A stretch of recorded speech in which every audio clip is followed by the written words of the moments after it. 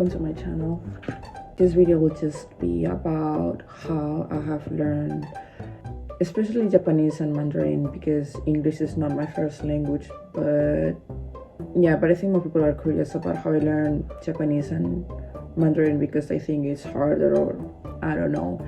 But anyways, I use the same method for every single language, so I think it can be applied for any language in general. First, I would like to say that there is no right or wrong when it comes to learning anything, but with languages, many people ask me, what do I have to do? And I'm like, I don't know, because I don't know what works for you. So I'm just going to talk about how what worked for me personally, and what worked for me may not work for you, by the way. So if you're someone who maybe has been learning a language for a long time and you see no progress and you want to switch methods, or you're someone who wants to start but doesn't even know where or when, then I guess this video is for you. And you can give it a try. First, if this element is missing, I think you have to be a genius, or else it will be impossible or extremely hard for to actually learn the language. And it's that you have to be passionate about the language. And when I say passionate, I'm not talking about, I'm bored and I think this language sounds cool, so I'm going to learn it. That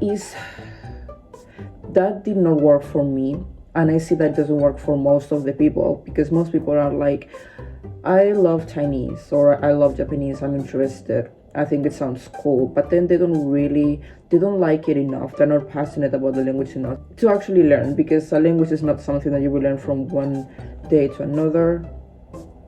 You need to dedicate a lot of time, energy, and you have to be loyal to the language. And that means that do not, at least for me personally, I do not switch to other languages the first months of learning a language, because my brain is not that good.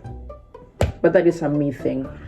You don't have to just like it or be interested. You have to actually, I like to call it fall in love with the language, because I tried it with French and Russian in the past. I thought they were pretty cool and I was interested in how they sounded. But when I started learning, I couldn't keep it for 2 months, because I was not interested enough. I wasn't passionate about French or Russian. I just think that they're pretty languages, and I still think it. I like almost every single language, but you don't see me learn every single language, because you need a lot of time and patience and a lot of everything and commitment for that to actually work. So you have to really love the language that you're learning. I cannot express with words why do I like Japanese or Mandarin the way that I like it, because there is no reason. It's not like I had to do it for work or because I wanted to move out to the country or anything like that. I have no reason. I just love the languages, and I hyperfixate.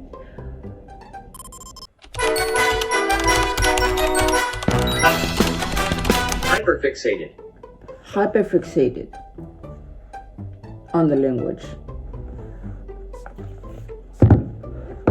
Now I can just talk about what I personally did, and it may not work for you, and that is fine. But lots of people ask me, so I'm just going to talk about it as much detail as possible. So first, when it comes to vocabulary and grammar, when I started with both Japanese and Mandarin, I used apps. And honestly, when it comes to learn basic stuff, the apps that you use, I feel like they're not as important, because since you're just learning basic stuff, you're gonna find that same information almost everywhere. And it's not that important. I cannot tell you which app I use for Japanese, because that was a long time ago. I actually used Mirai Japanese, the app that I used. I think it was mainly to learn the very basic grammar structure. like, yeah, grammar structures of Japanese. And then for Chinese, I actually use Duolingo. Yeah, like, I know what you guys want to say. Duolingo is only useful if you are learning from zero, which was the case with Chinese, because when I learned English, I had a very basic and trashy level of English because of school. School is useless when it comes to learning languages, I'm sorry, but yeah.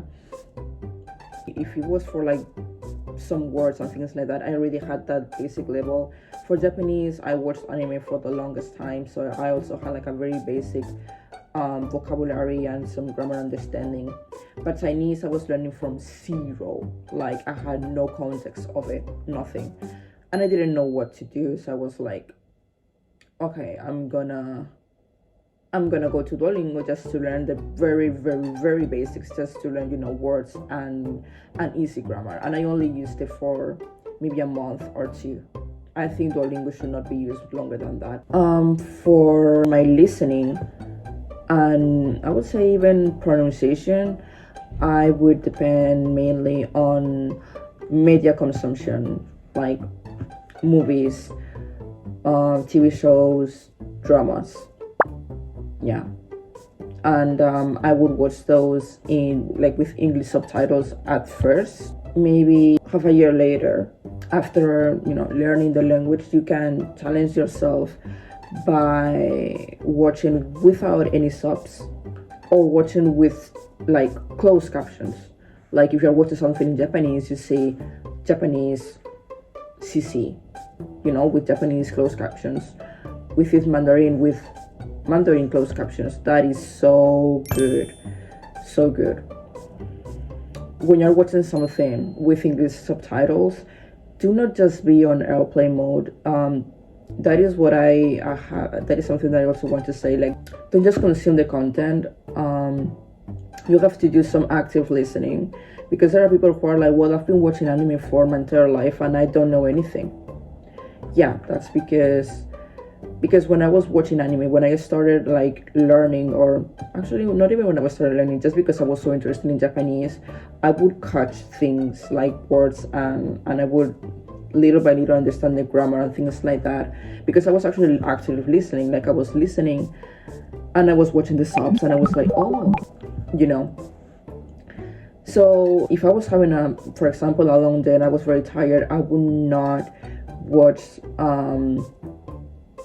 like Chinese dramas, because this is not something that I can do to relax, actually, because you actually have to use your brain. You are actually studying,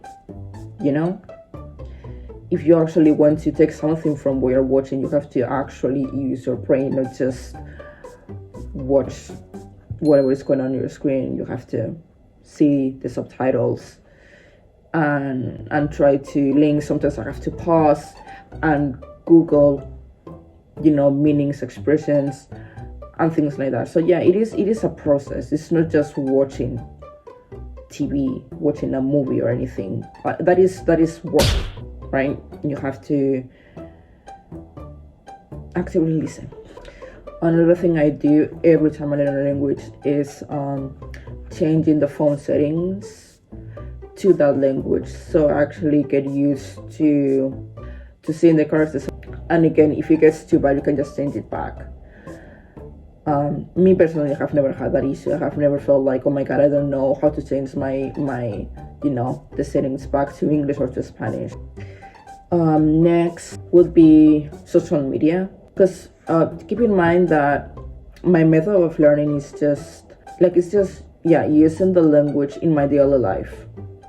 And maybe I don't do that a lot now, but years back, I used to be a lot on social media, especially like Twitter and things like that. And I was like, how can I be on Twitter and at the same time learn? Like, I don't want to just waste my time.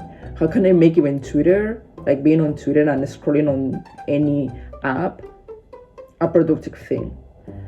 So I would just be on Twitter and follow lots of Japanese people. I basically moved to Japan Twitter for that.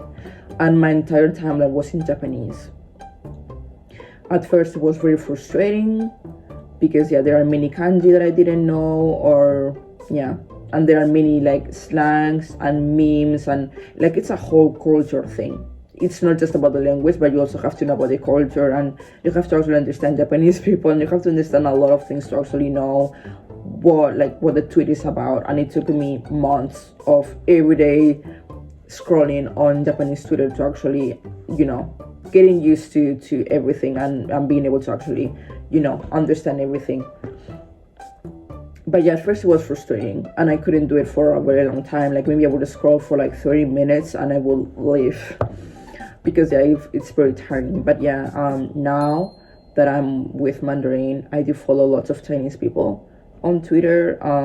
My Instagram is on Chinese as well. And yeah, just try to, even on social media, interact with as many native speakers as possible. That is actually what helped me how to read kanji. Yeah, I do not read books. I have never bought a book to learn any language, but I know how to read them because of social media. I'm scrolling and I read all the tweets. Also, talking about reading, another thing that helped me how to read is games. Because yeah, I love games. I'm not much of a gamer myself because my laptop is trashy, but I do watch a lot of gameplays. And every time that I'm learning a language, I watch streamers or gamers of that language. Like when I started learning Japanese, I watched Kiyo, Oki-san, and a lot of other famous gamers, like Japanese gamers. Now that I'm with Mandarin, I watch Appa, Saren. Yeah, gameplays are great for learning because when they're playing things like an RPG, right? And there is dialogue, and obviously the dialogue will be in Japanese, right? Because the game is in Japanese, and the person who plays the game, they will always like read out loud what is written on the dialogue. So at the same time that I'm reading, like I'm seeing the screen, the dialogue, I can also hear how it is pronounced because the streamer or the gamer is reading it out loud. So it's so useful. Like I have actually learned so much just by watching lots of gameplay. So yeah, I forgot to say that. Next is the environment. Like if you actually want to learn how to speak, yeah, you have to talk to other people. And I hear when people say the excuse of, oh, I don't have the environment because I don't have Chinese friends around me, or I don't have Japanese friends around me. And it's like, you don't need to have any of that in real life because you have a phone and you have internet. Like as long as you have that, you can find your environment. And that's what I did for Japanese. My environment, apart from social media, because that is 100% environment, like I'm interacting with people. I'm not maybe talking with them, but I am texting them and I'm sending them tweets and I'm reading the tweets. So that is also a good environment. But if we're talking about listening and talking, my case was VR chat. Again, if you're into games, VR chat, I recommend it to you. I feel like I could make a whole video just of VR chat because yeah, it has its good things and bad things, and I don't even know how it is now.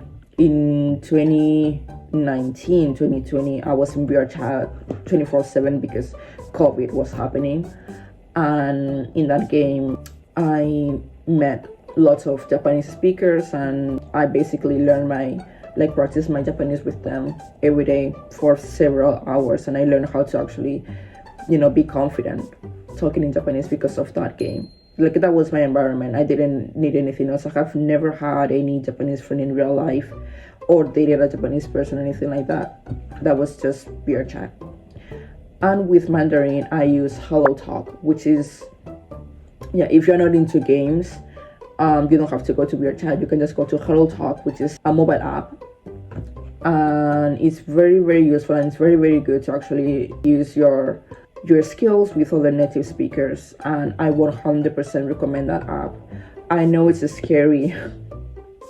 It's scary for me as well. It's even scary for me to talk to you guys like in Mandarin because, like I said, I'm not that good.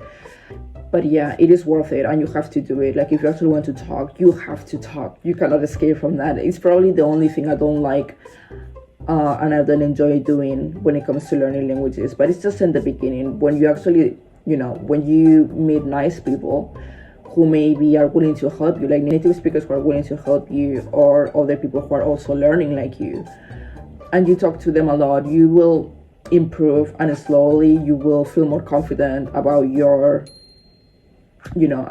fluency, and it will be fine. Like, it's just embarrassing for like the first month or two, maybe 3, and then you will be fine. I promise. It does get better. So yeah, but you have to talk. Please don't run away from talking, because most people, I feel like I find so many people in HelloTalk who have the potential. I'm like, wait, you actually have a good pronunciation and you can understand why cannot you not speak? And it's because they don't practice, because they're always like, oh no, it's because I'm shy, or because I'm not actually that good. And I'm like, that is fine if you're not that good. You have to start from somewhere. So yeah. And I have a HelloTalk. So if someone is interested in maybe following me and coming to my live streams or my voice rooms, you can, we can have a chat in Japanese and Mandarin. Finally, when it comes to writing, well, I don't know how to. I have never practiced my Japanese writing because I didn't find it necessary, and I still don't find it necessary, and I don't plan on actually learning. But I am practicing my Mandarin writing, because I may go to China next year to study. So there is actually an app for that. If you have an iPad, it's called TOEFL Learn, and yeah, it's actually pretty nice, because it also shows you like the pattern of the strikes, if that makes sense, because there is a pattern. There is like an actual right way and wrong way of writing the Chinese characters, and TOEFL Learn is very good at showing you how to write them, how to pronounce them, and the meanings of the characters. And there's lots of levels. That's from HSK1 to I don't even know, but they have lots of levels. Finally, when it comes to time, I have watched a lot of polyglots about how long they took them, or how long they think it takes for someone to learn a language. And many people say half a year, 6 months. And let me tell you that they're right. Like, 6 months is all you need to learn the very basics.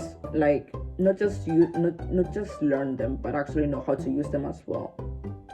Like, 6 months is all you need to have a basic conversation, to understand easy stuff, right? I'm not saying that by 6 months you are able to actually teach other people, the language and talk about very deep stuff and things like that. No, but 6 months is enough for you to actually, defend yourself, to be able to say, yeah, I can speak this language.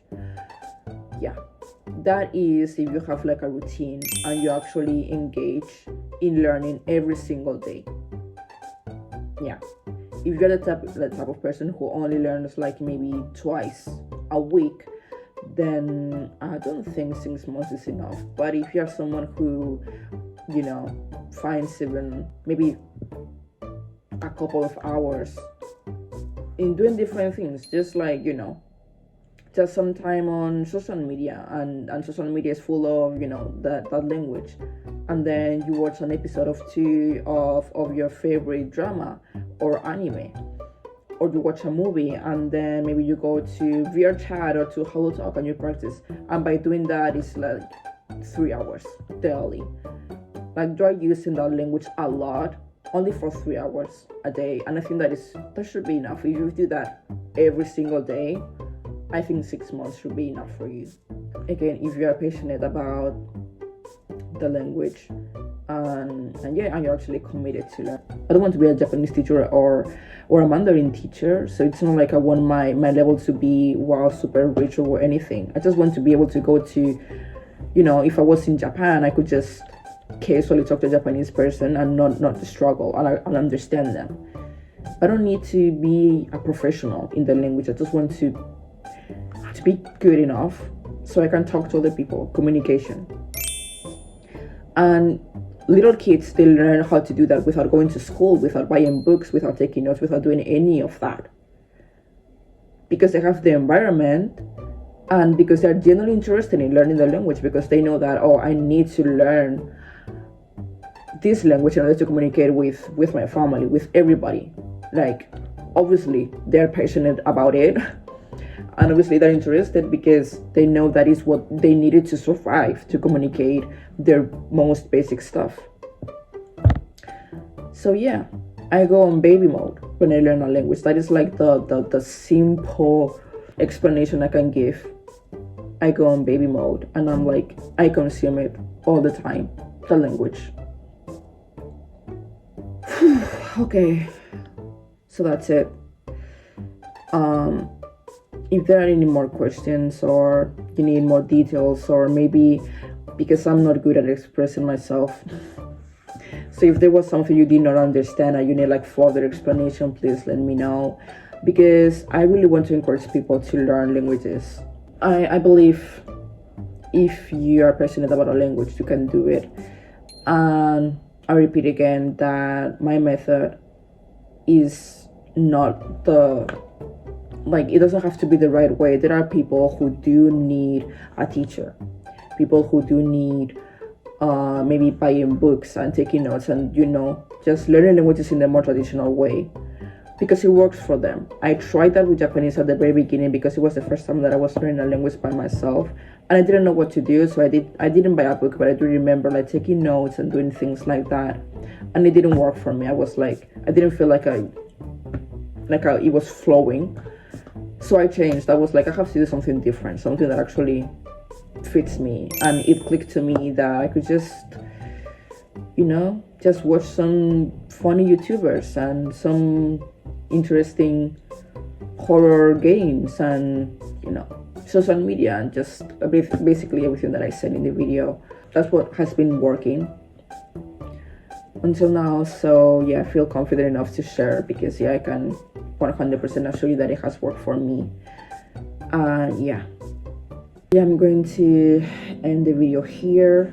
Leave a like, subscribe, leave some comments to let me know what you think. What are your thoughts? What would you want to watch next? Anything. And see you in the next video.